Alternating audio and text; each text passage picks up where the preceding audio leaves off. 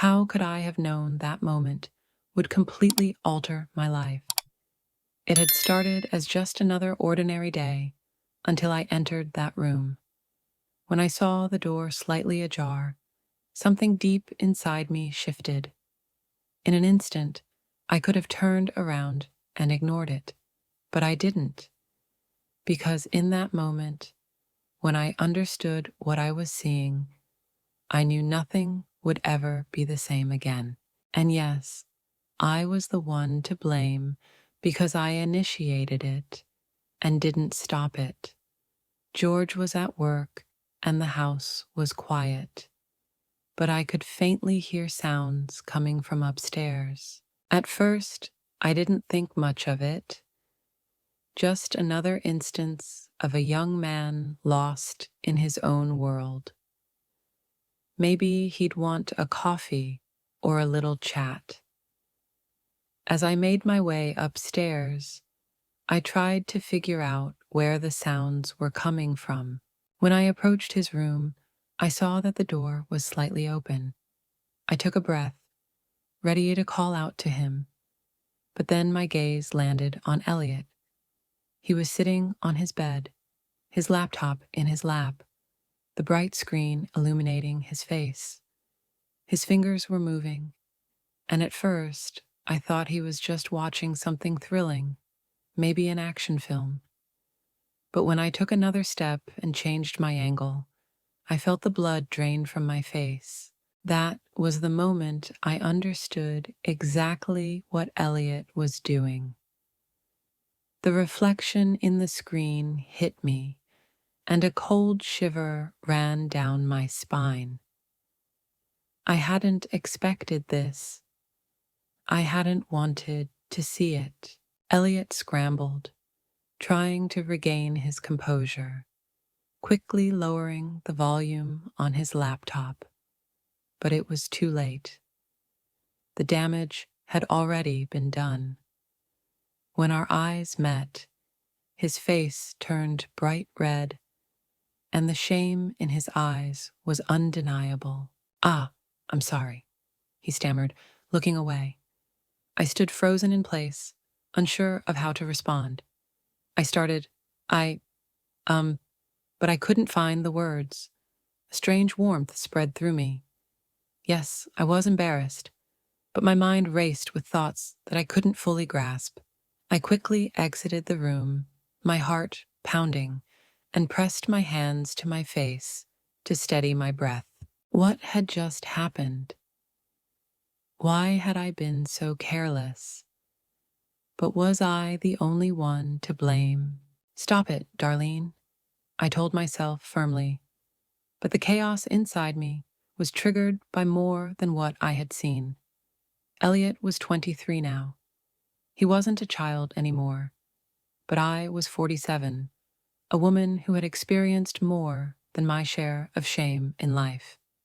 I'd never found myself in a situation like this, but I knew exactly what shame felt like. I stood frozen in the hallway, my heart still racing, running my fingers through my hair, trying to regain control. That's when Elliot appeared at the door.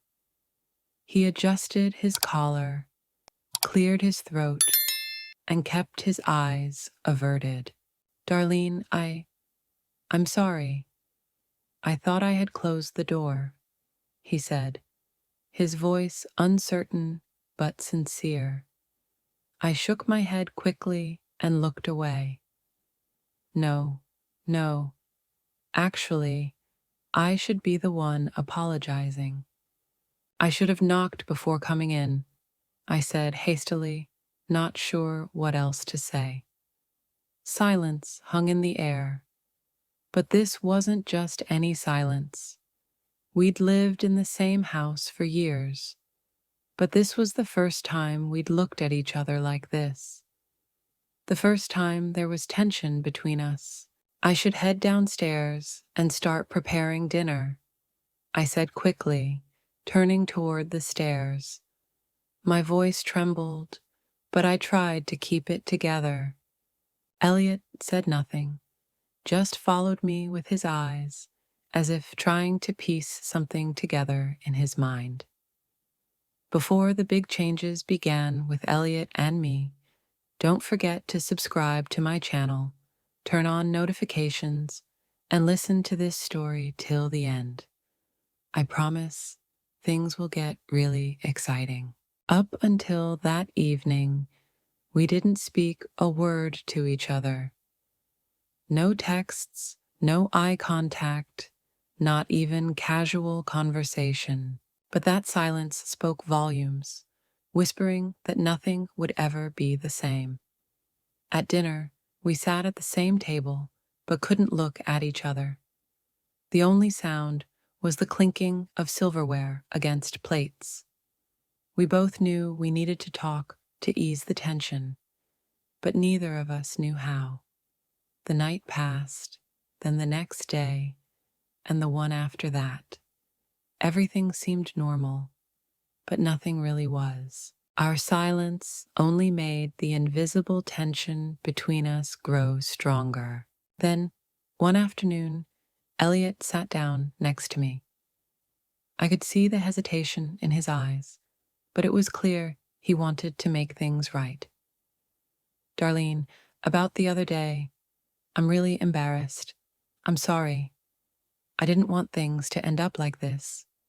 Please, I don't want this to ruin what we have, he said, his voice nervous, yet sincere. I took a deep breath. As strange and unexpected as this was, I needed to put him at ease. I smiled and shrugged slightly. Oh, Elliot, believe me, I've had my share of embarrassing moments over the years, I said, sharing a few of those moments with him. His smile softened a little, and he nodded, his embarrassment fading.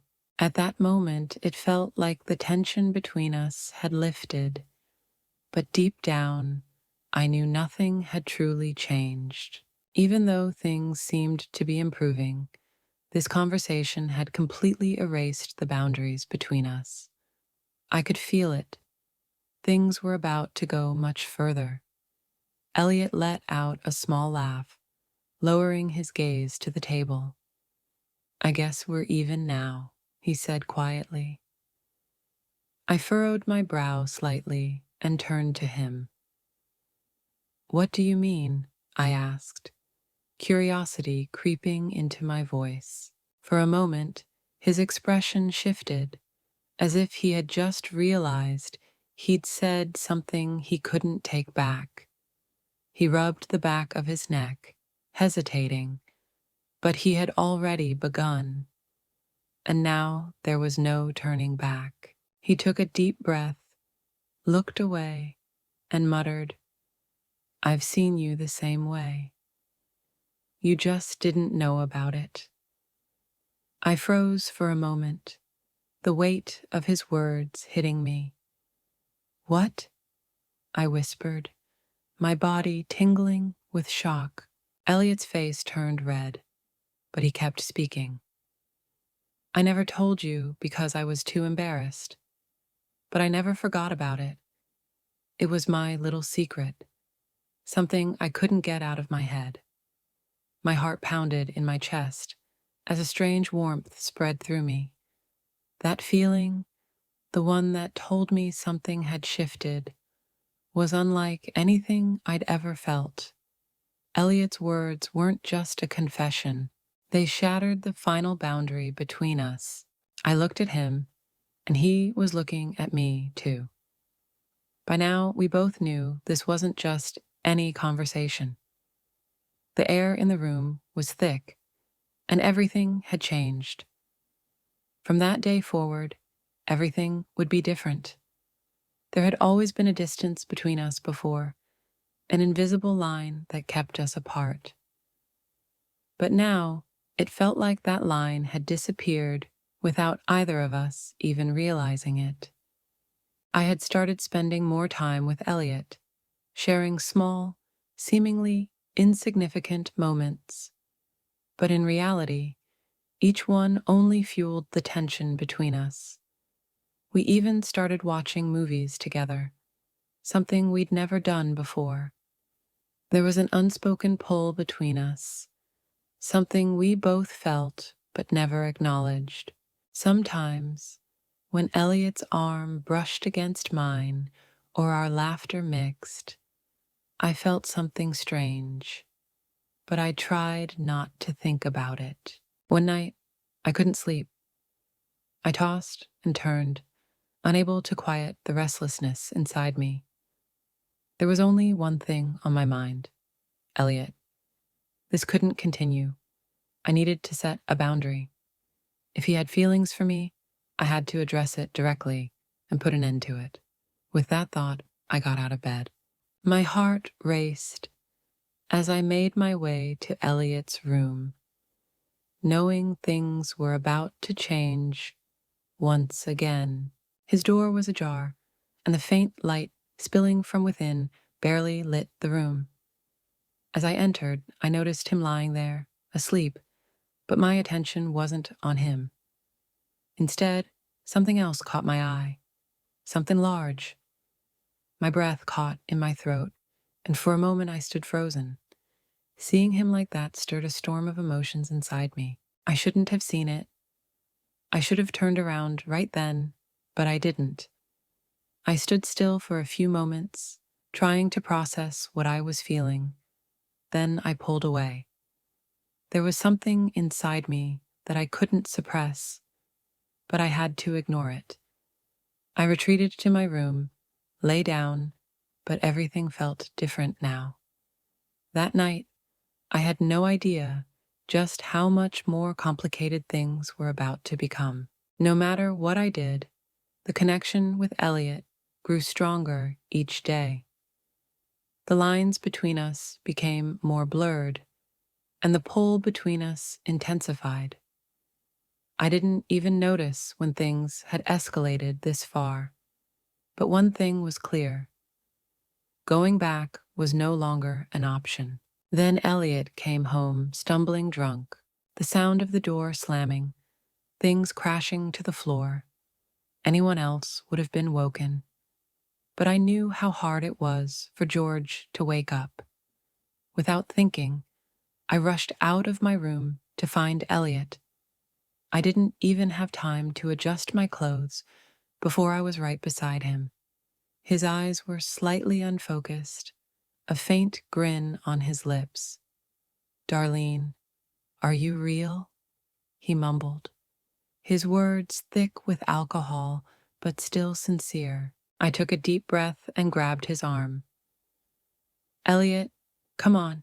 You can't go upstairs like this. We have to be quiet." But his gaze was fixed on me, his smile soft as he looked me over.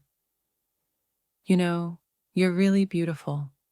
Have you always been this way, or did I just never notice?" I froze for a moment, then quickly regained my composure. "Elliot, that's enough. Come to the kitchen. I'll make you some coffee."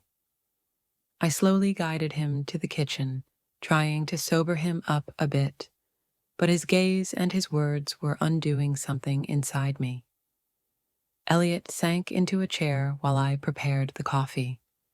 Suddenly, the cup slipped from his hands, spilling across the counter. "Ah, Elliot, you need to be more careful," I whispered, quickly trying to clean up the mess.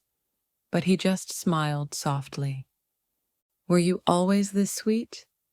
I hurried to clean the kitchen. We couldn't stay there much longer. George was upstairs sleeping, and with Elliot in this condition, we couldn't risk making more noise.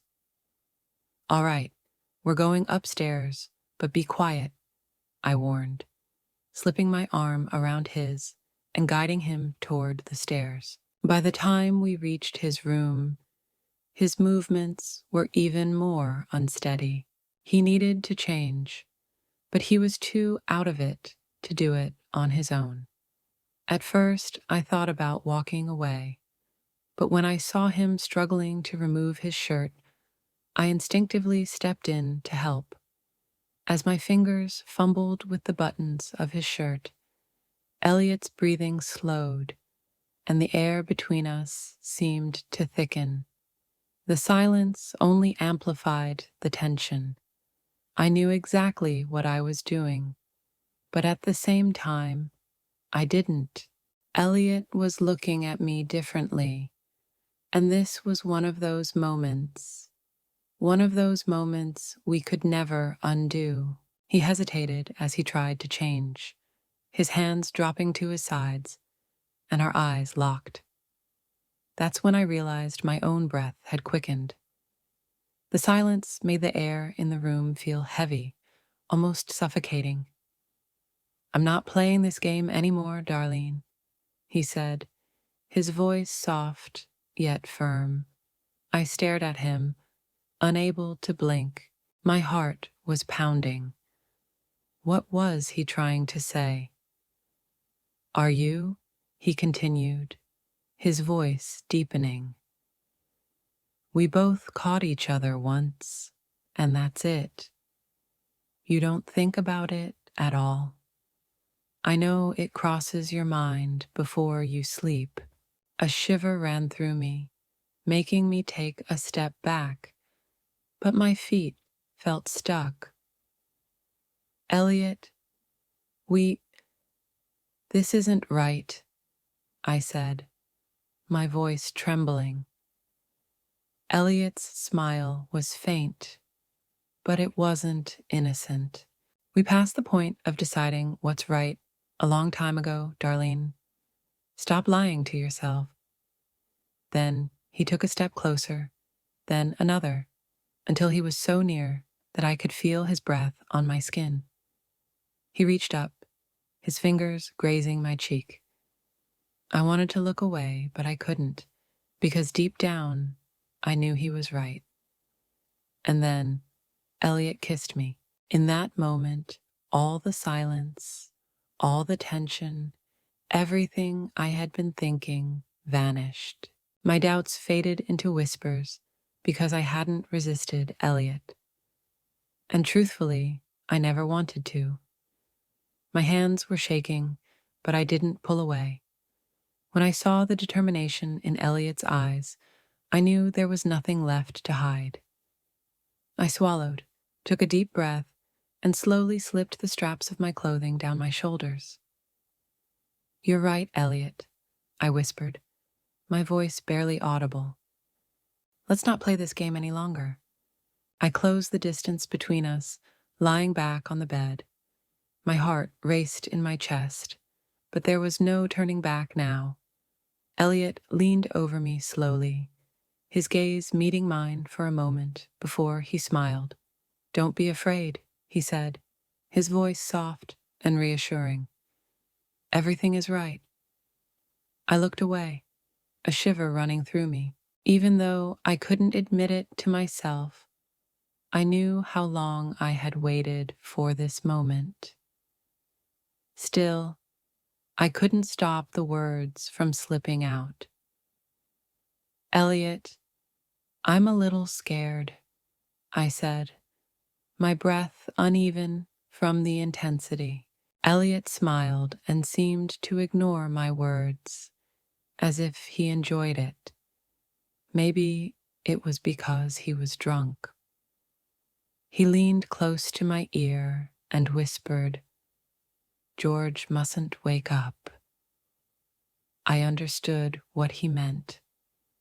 There had to be silence. I couldn't pinpoint how I felt, but there was something huge inside me, and I had to hold myself back from making any noise. Elliot looked at me, saying something like, "I know, darling. Everything's fine, and so are you." What did he know? I think he had guessed, understood me somehow. I couldn't stop myself, and I closed my eyes, clutching the sheets tightly. My body trembled and spasmed, and I pressed my hand over my mouth to keep quiet.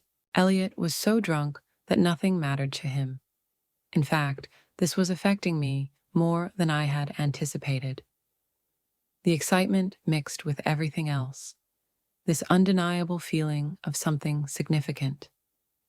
Elliot, drunk and exhausted, kept going. "Elliot, you're red, and we need to hurry," I said. He replied with a simple, "Okay," but didn't stop. He continued, and I didn't care anymore. Another wave of sensation hit me, and I wasn't even myself anymore. I closed my eyes and said, "Whatever you want, Elliot. Whatever you want." He must have liked it because he completely let go, and that was too much. The heat within me overwhelmed me, and I quickly laid him down in his bed, covering him up before locking the door. I wanted to take a quiet shower, hoping to relax, but I had no idea what would happen next. What had just occurred kept circling in my mind as I stood under the water, though I felt both nervous and calm at the same time. When I stepped out, my mind felt clearer. I couldn't be angry with myself because my body felt as relaxed as my mind. I dressed in silence, walked to my bed, and laid down as if nothing had happened. But the truth was, that moment had been just a rush of reckless desire. Nothing was ever simple, and this wouldn't remain simple either. Bigger things were on the horizon, more intense things, and in the end, George would find out everything. This story isn't over yet. Be sure to follow and subscribe so you don't miss what happens next. Turn on notifications and leave a comment to stay ahead of the story. Your support means everything, and if you've made it this far, thank you for listening.